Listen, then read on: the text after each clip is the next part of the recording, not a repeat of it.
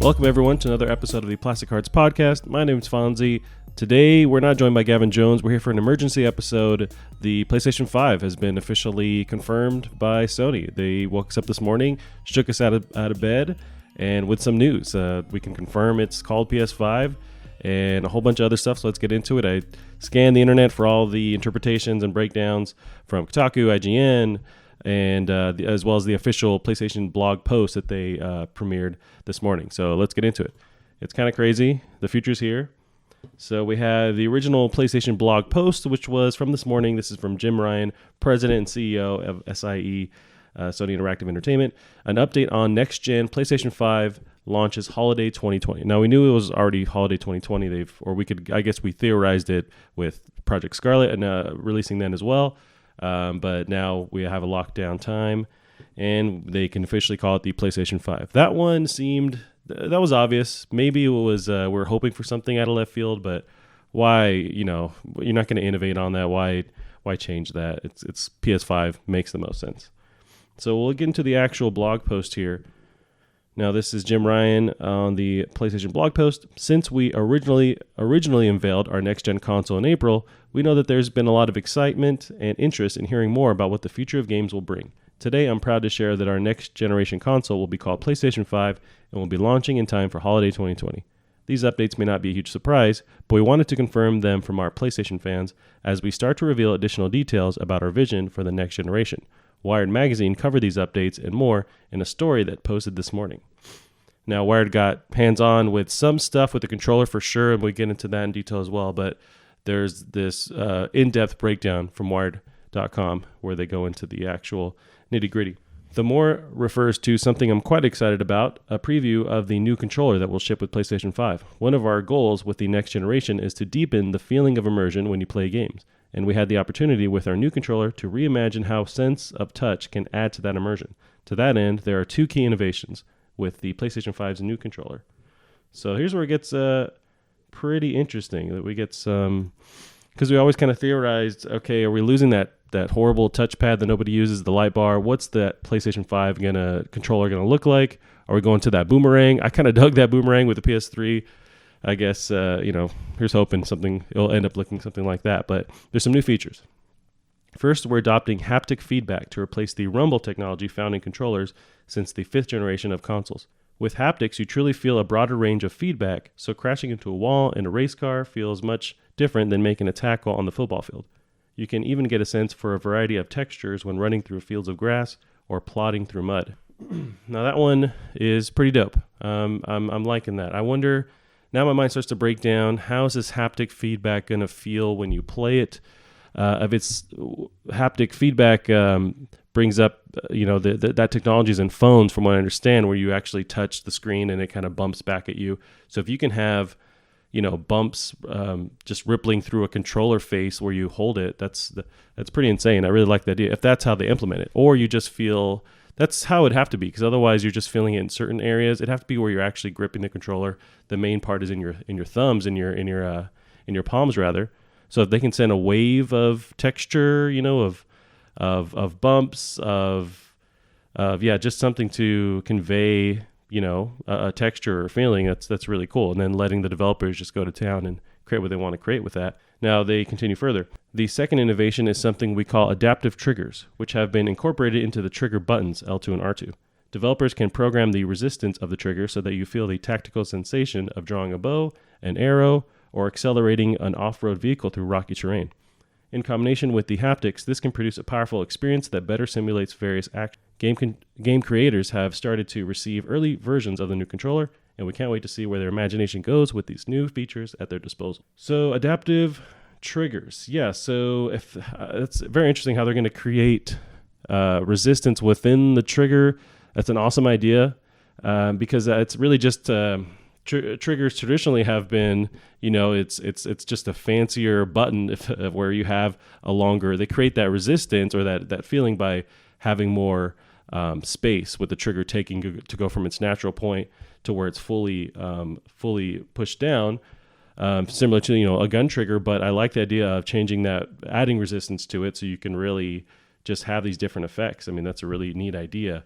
I'm not sure how that works. I think they do go into detail somewhat on how they're able to get that effect within the controller. So maybe magnets or something like that. But so let's see.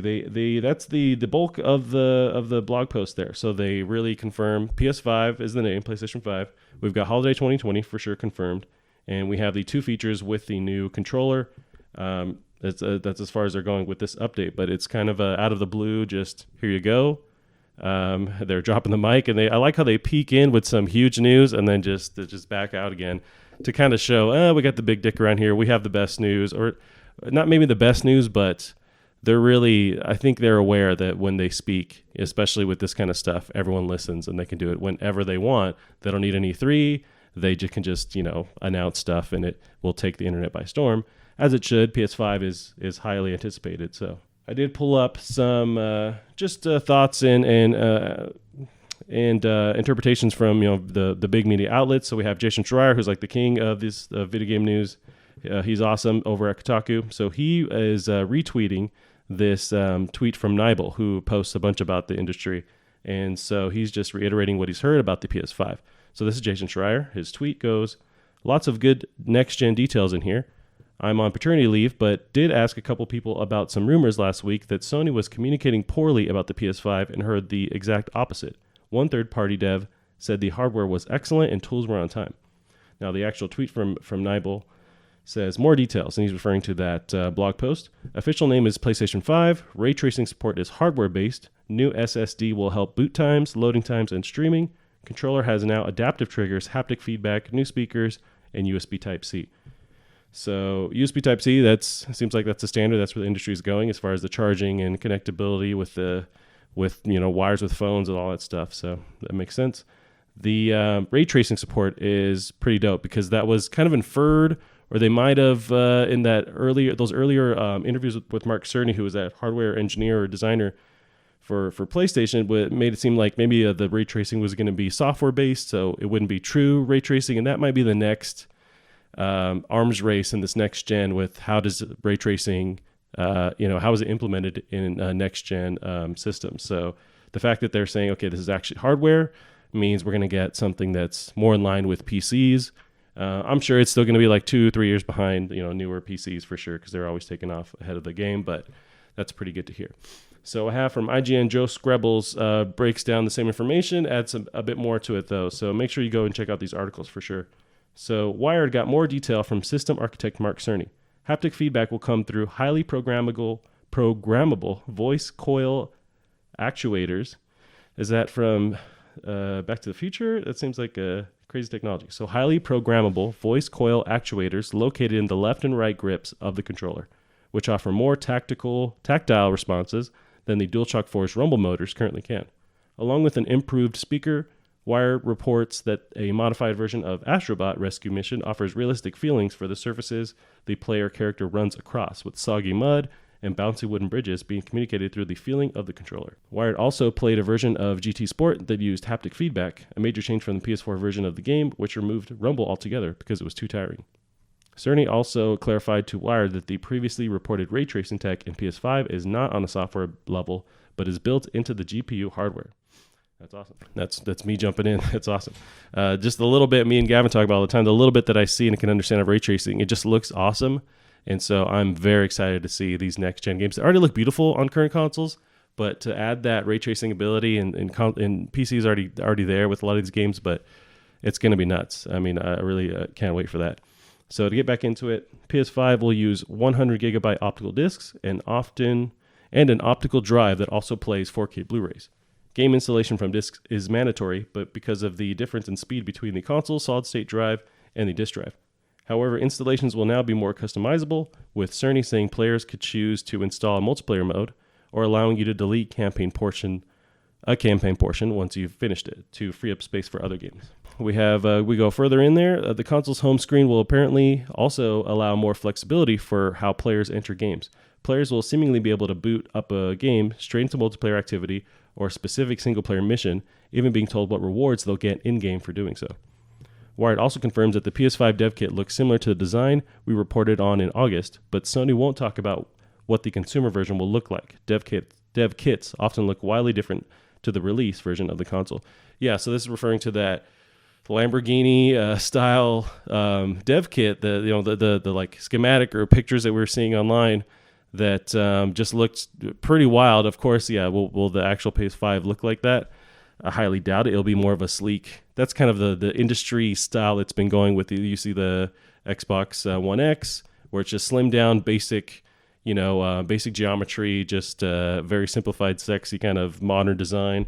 I kind of like the idea, as ugly and weird and just shocking as that dev kit looked from current, console design. It's actually a pretty cool idea to think of them putting this, crazy looking Lamborghini style dev kit or actual console out. It would just fully separate them from everyone. I do like that idea. Will it look like that? I don't think so. Maybe it's not the best idea, but it's kind of cool at the same time. I wouldn't mind some kind of like early adopter version where you can get that special console, outer case. That'd be kind of dope.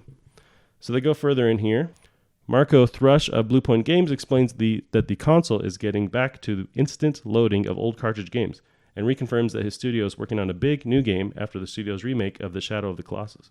Certain questions are still unanswered, including what the console's UI looks like, if the controller will have a microphone, or how big the SSD will be.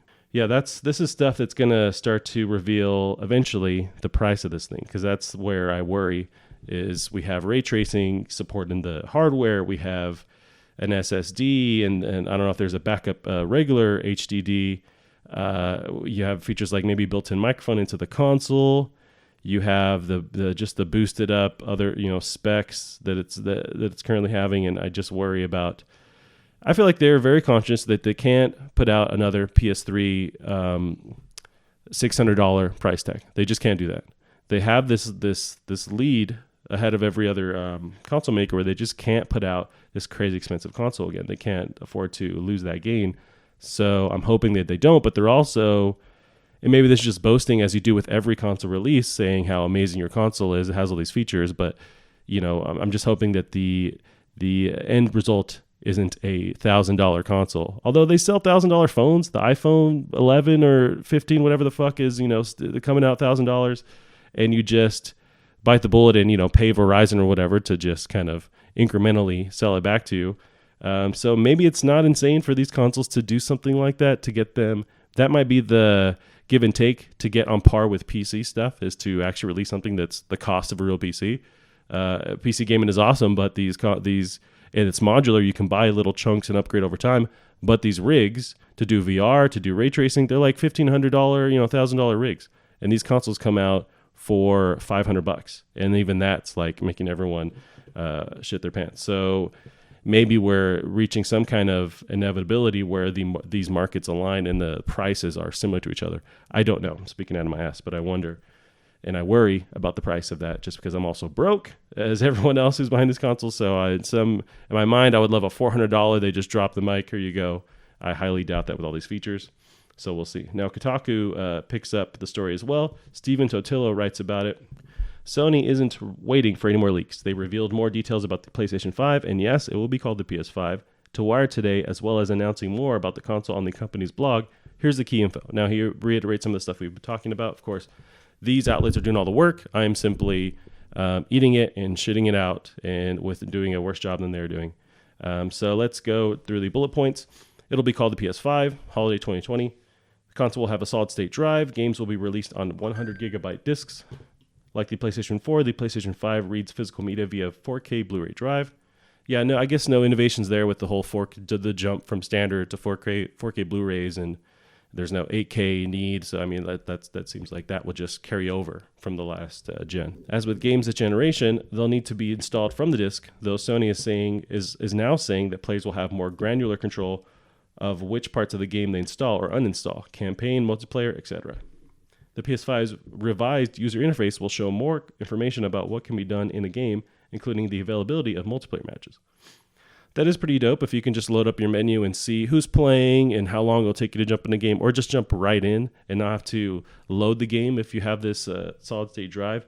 I like that idea a lot. If you can just, there's less hurdles to jump through to get into the game, which I already love with like that standby mode with a lot of consoles, with all the consoles that are doing now. So like with PlayStation 4, I can just have that save state from the last point of the game and jump right back in when I boot up my PS4, as long as I don't fully shut it down. Now they go further. Wired's writer held a prototype of the new PS5 controller and wrote that it seems similar to a PS4 controller. It will include a speaker, and here comes some of the jargon you'll start to see reporters and game makers using to discuss next-gen hardware: adaptive triggers that can offer varying levels of resistance to make shooting a bow and arrow feel like the real thing. Wired was also impressed with the improved haptics/rumble in the controller, reporting this of their time using it to play demos created by the Studio Japan team behind PSVR game Astrobot Rescue Mission. This is a quote. On ice, a high-frequency response made the thumbsticks really feel like my character was gliding. Jumping into a pool, I got a sense of the resistance of the water. On a wooden bridge, a bouncy sensation. For those of you who stocked up on micro USB wires for charging PS4 controllers, too bad. The PS5 controllers will be charged with USB Type-C, which is a bummer, but that's kind of the standard now for all these different technologies. One studio that is now confirmed as a PS5 developer is Bluepoint Games, makers of the 2018 Shadow of the Colossus remake. Said studio president Marco Thrush to Wired, "We're working on a big one right now. I'll let you figure out the rest." End quote. Clearly a tease that Sony has bought the rights to F-Zero and is making a new one. Thrush was enthusiastic about the speedier loading that comes with an SSD, noting that there'd be less reason to slow players down in hallways and doorways to mask the loading of new levels. I'm not sure if I take that as a joke that this Kotaku article, Steven Totilo is referencing the purchase of F-Zero, which is I want to say Nintendo property. Maybe he's just alluding to this huge drop, or just it's a joke is what I get with that. But I haven't heard any news of some kind of acquisition like that, and it could be just because I'm an idiot, but I haven't heard anything like that. I think he's joking, or they're joking. But yeah, I mean, that's basically the breakdown. We just get a bit more information about the PS5. It just seems more real. The fact that they can announce the name. I think it's silly when they hold off on what the thing's going to be called until they actually release it, especially when it's like there's a line of these consoles with the number on it. With PlayStation, we could have theorized, yeah, it's PS5. With Xbox, they've been a bit more kind of out of left field with their names, so we'll see what they decide with. I understand that maybe waiting a bit closer to their E3, whenever they decide to show more information on it. But yeah, that's really it. I'm pretty stoked. It's just kind of it was an out of left field drop on Tuesday morning to announce that, but that's it seems like they're more willing these past couple of years to just do what they want, just kind of control the message when they want and not wait for these industry events. So yeah, I'm very stoked, huge PlayStation fan, so I cannot wait. Let us know in the comments your thoughts. What are you excited to see? What do you think about the price possibility? Where do you see that going? Would you be interested in some kind of monthly plan thing aligned with the phone? Are we getting into a weird territory if we start doing that? Although we get these more powerful consoles, what's the trade-off there? Let me know how stoked you are for the PS5. So we'll be back again with a regular episode. Just wanted to jump in here because it's pretty awesome information. And that's it for this emergency episode. And you can catch us on Twitter. It is Plastic Heart Pod on Twitter. And check us out every Tuesday. We got the regular episodes coming up. So we'll see you guys later. Bye-bye.